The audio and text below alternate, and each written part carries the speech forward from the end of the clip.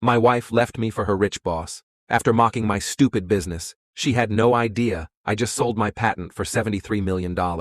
When she came back with a lawyer, the courtroom payback was brutal. Hello Reddit I+ here. My name is Marco Alvarez. I'm 42 years old and I spent nearly 20 years building a business from the dust, installing security systems for mom-and-pop stores across Texas.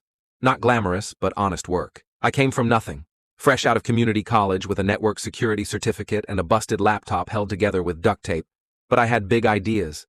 Ideas I didn't even fully understand yet. Then I met Jenna. It was 8 years ago at a smoky barbecue shack in South Austin. I'd just finished wiring up camera systems for a dozen car washes and was covered in sweat and grime. She was there with coworkers, celebrating a promotion at her marketing agency. I spotted her laughing at something, and it was like the whole place got quiet around her. She noticed me staring, gave me this curious, amused smile. "You don't look like you're from around here," she teased when I finally got the guts to approach her. "I'm from San Antonio, but I go where the broken cameras take me," she laughed. "So what? Like spying on cheating spouses?" "Nah," I said. "More like keeping pizza shops from getting robbed." That night we talked for hours, about dreams, family, the way Texas skies looked before a storm. She said she wanted to travel, own a house with a pool, build something of her own. I told her I had this idea, an encryption system that could change how small businesses secured their footage. "Change everything," I said. She smirked. "Big word for a camera guy. Someone's gotta think big." I shot back. 6 months later, she moved in. 2 years after that, we were married under string lights at her parents' ranch near Waco. Her family was all old money construction and real estate. Her dad gave me the side eye at first, but when I helped him catch 3 thieves stealing copper wire from one of his yards, he warmed up fast. "You picked a smart one, Jenna," he said at our wedding. "This boy's got his head on straight." At first, marriage was everything I thought it'd be. Jenna helped me design pitch decks, ran social media ads, even answered client calls when I was swamped. We weren't rich, but we had a cozy house, weekend trips, and I was making steady money. But I was still working on something bigger. Late nights in my home office, surrounded by cold coffee and code. Developing a proprietary encryption tool that could make recorded footage virtually unhackable, even for advanced attackers. Something no other system in the affordable market had. Jenna knew I was working on a project, but I never told her the details. Not because I didn't trust her, but because I didn't think she'd understand or care. Turns out, I was right on both counts. 3 years ago, business got slow. My usual clients, nail salons, bakeries, family-owned garages, started canceling installs or asking for payment plans. It wasn't the end of the world, just a rough patch. But to Jenna, it was a personal insult. "You need bigger clients," she said. "Why are you wasting time with broke storefronts?" "I'm building something sustainable," I said. "The encryption software is nearly—" She rolled her eyes. "That secret project again? Marco, you've been saying the same thing for years. Do you even hear yourself?" That was the first crack. Then came the comparisons. Her sister Natalie married a tech investor in Dallas. Suddenly, every conversation was about her sister's new lake house, expensive wine tours, European spa retreats. And Jenna, she started pulling away. The affection faded. The support vanished. I'd wake up to her scrolling Zillow listings for million-dollar homes we couldn't afford. I'd fall asleep alone while she stayed up texting God knows who. Then one night, she dropped the bomb. "There's nothing left here, Marco. I'm done pretending this is enough. I want more. I deserve more." She moved out the next week. Moved in with her boss, actually. A smug, over-gelled regional director named Ryan. She didn't even try to hide it. What she didn't know was that a week before she walked out, I had sold my encryption patent to a cybersecurity firm in DC, $73 million. I kept it quiet. Didn't change cars, didn't move, didn't flash a dime. I let her believe she'd left a broke loser for someone more ambitious. I was too stunned to even feel angry at first, until the lawsuit hit. Jenna and her hotshot lawyer filed a claim demanding half of my future business assets. She claimed she'd contributed to the growth of the company and was entitled to equitable compensation. They tried to imply I'd hidden assets, lied, manipulated. You name it. They thought I was going to settle quietly, but I came armed. My lawyer presented every invoice Jenna had ever submitted for designing a couple flyers and answering a few emails.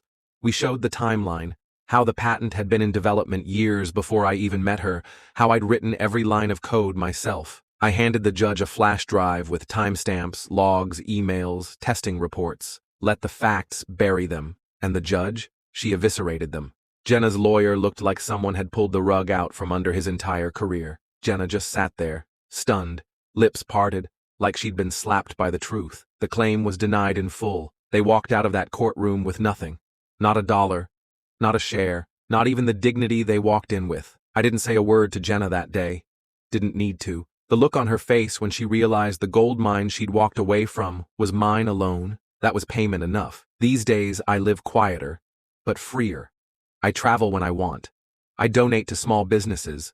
Still install the occasional system just to stay sharp. My new house has a pool, just like Jenna always wanted. But the best part? She watches from the outside now, scrolling through social media, probably wondering how the man she dismissed became the one who didn't need her. Some secrets are worth keeping. Some exits, worth celebrating. It had been just over 18 months since I walked out of that courtroom a free man, rich, vindicated, and done with Jenna for good. Or so I thought. Life since then had been a quiet kind of beautiful. I bought a 3-acre property outside Fredericksburg. Hill, country views, gated driveway, pool out back. The kind of place you don't stumble onto. You earn your way into it. I didn't blow the money. No exotic cars or champagne-soaked parties. I hired a small team, launched a consulting firm that helps local businesses integrate top-tier security tech without getting gouged. A legacy move. Some nights, I'd sit on the back porch with a glass of bourbon, the sky full of stars, and wonder if Jenna ever regretted it all. Then one Tuesday morning, she showed up. I had just finished a call with a client in El Paso when my gate alarm buzzed. I pulled up the camera feed, and there she was, standing in front of the black wrought iron gate, designer sunglasses, a cream-colored blazer, hair tied back like it always was when she was trying to look serious. Jenna. She looked thinner than I remembered. Maybe tired. She stood there uncertainly, holding her phone in one hand like she wasn't sure whether to call or walk away. I hit the speaker button. Didn't expect to see you here. Her head snapped toward the camera, and she smiled. Soft, hesitant, fake. Marco, hi, I was in the area. Thought maybe we could talk? In person? If you're not busy, she added quickly. I should have said no. I should have let her rot in the awkward silence of her own choices, but part of me, not the bitter part, the curious part, wanted to hear what story she'd spin. I buzzed her in. She walked up the long drive like she belonged there, taking everything in. The wide porch, the manicured hedges, the Tesla charging in the carport. When I opened the door, she gave me that same tilted head smile she used to give me when she wanted something. You look good, she said. I nodded once. What do you want, Jenna? She paused. Can I come in? I let her. I shouldn't have, but I did. We sat at the kitchen island. I didn't offer coffee, didn't offer anything. She looked around like she was trying to mentally price the countertops. This place is incredible. Get to it, I said. She flinched. Okay, I deserve that. No, Jenna. What you deserve is to be told the truth for once. So say what you came to say and don't dress it up. She sighed. I made a mistake. I said nothing. I was angry, frustrated. I thought you were spinning your wheels. I didn't see what you were building, because you didn't let me in. I raised an eyebrow. You mean, I didn't let you mock it enough? She looked down. I was wrong. Now that was new. I thought Ryan could give me the life I wanted. He had the cars, the downtown apartment, the connections, but it wasn't real. He used people. Controlled everything. And when his company started tanking last year, he threw me under the bus. I didn't ask for details. I didn't care. She went on anyway. I lost everything, Marco. My job, my savings. I had to move back in with my parents. I've been doing freelance design work just to stay afloat. There was a long silence between us. Then she dropped it. I've been thinking about us, about how good we had it. And I was hoping maybe we could talk. Start fresh, even just as friends. I laughed. Loud, bitter, real. You walked out on me when the check slowed down, Jenna. Not when I cheated, not when I changed, when the money got tight. That told me everything I needed to know. I was scared. She snapped. I didn't want to struggle forever, and now you are, I said coldly. And you came running back to the man you thought was beneath you. The man you tried to sue into oblivion. You don't miss me. You miss what I became without you. She blinked, tears welling up. I know I hurt you, but people make mistakes. This wasn't a mistake. It was a choice. You chose him, you chose greed, and you thought I'd be stuck behind installing doorbell cameras while you sipped champagne on yachts. She shook her head, wiping her cheek. You're not the man I remember. You're right, I said, standing up. That man loved you. He'd have done anything for you. Built this entire life with you in mind. And you left him. That man died the day you walked out. Her lower lip trembled. So that's it? You buried us. I just built something over the grave. I walked her to the door.